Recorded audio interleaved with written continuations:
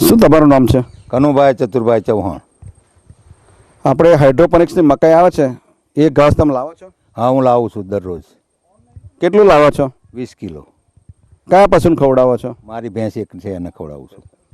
આ ખવડાવવાથી દૂધ ઉત્પાદનમાં કંઈ વધારો કે ઘટાડો નોંધાયો છે? હા, વધારો થાય. 500 ગ્રામનો વધારો થાય સવારે અને 500 ગ્રામ સાંજે.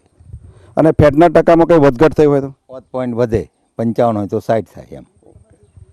અને આ ખવડાવથી તમે જે કંઈ દાણ આપો છો કપાસિયા ખોળ અમૂલ દાણમાં કે એમાં વધઘટ કરવી પડી છે? હા, એમાં હું ઘટાડો કરું છું 1 કિલોનો. 1 કિલો એટલે કપાસિયા ખોળ? કપાસિયા ખોળ ને પાપડી. ખોળ જ પાપડી? હા, બસ. હા, 1 કિલો. અને એનાથી કોઈ વિપરીત અસર કે ઝાડા થઈ જાવ કે જોઈ છે? શું અસર બીજી થતી નહીં. સારું છે. તંદુરસ્ત ઢોર રહે છે. શું નામ છે તમારું? હરેનભાઈ લાખાભાઈ ચૌહાણ. કયો જગ્યાએ રહો છો? કોખા સામે. અહીં જે આપણા સામરખામાં જે હાઇડ્રોપોનિક્સ દ્વારા જે ઘાસ બને છે એ તમે લો છો ખરા? હા, લઈએ છીએ. કેટલું લો છો? 20 કિલો. એ કેટલા જાનવરની ખવડાવો છો? એક જાનવરને. એટલે એક જાનવરને 20 કિલો તમે આ ઘાસચારો ખવડાવો છો.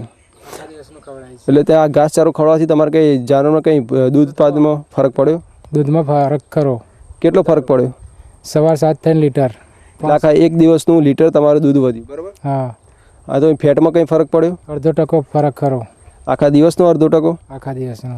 બરાબર. તો આ તમે જે ઘાસચારો ખવડાવો એના કારણે તમે જે દરરોજનું દાણ ખવડાવો તેમાં કંઈ ઘટાડો કર્યો? સવાર 7 થઈને 500 ઘટાડો ખરો. એટલે દાણનો જે તમે સવાર સાથે 500 ઘટાડો કર્યો બરાબર? હવે પછી આની કોઈ ઘાસચારાની કંઈ આડઅસર ખરી? ના, કશી જ નહીં. બગાડ જેવું કશું કરે છે? કોઈ જાતનું નહીં. હા, તો એની પછી પ્રજનન ક્ષમતામાં કોઈ ફરક પડ્યો? હા, ફરક ખરો. શું થયું અત્યારે? કંઈ ગરમીમાં આવ્યું હોય કે બંધાઈ ગયું એવું? વેતરમાં આવે છે અને બંધાય છે. શું નામ છે તમારું? અશોકભાઈ પૂંજાભાઈ ઠાકોર.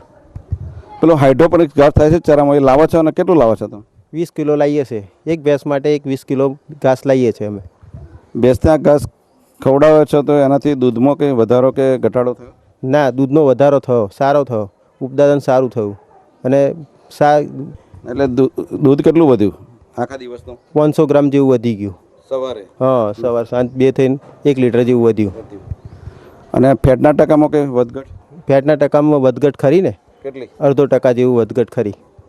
હા, ઘટ વધારો. વધારો. અને આ ખવડાવવાથી તમારે દાણ જે આપો છો અમૂલ દાણ, જે તમે અમૂલ દાણ ખવડાવો છો એમાં કંઈ ઘટાડો થયો? હા, 1 કિલો દાણ ઓછું આલીએ છે એક દિવસનું. અને એનાથી તંદુરસ્ત પર માઠી અસર થાય છે? કોઈ મસ્ત ભેંસો સારી રહેશે ને સારું પ્રોડક્ટ છે એમનું. ઝાડા થાય એવું કોઈ પ્રશ્ન નહીં? એવું કશું નહીં, સારું છે.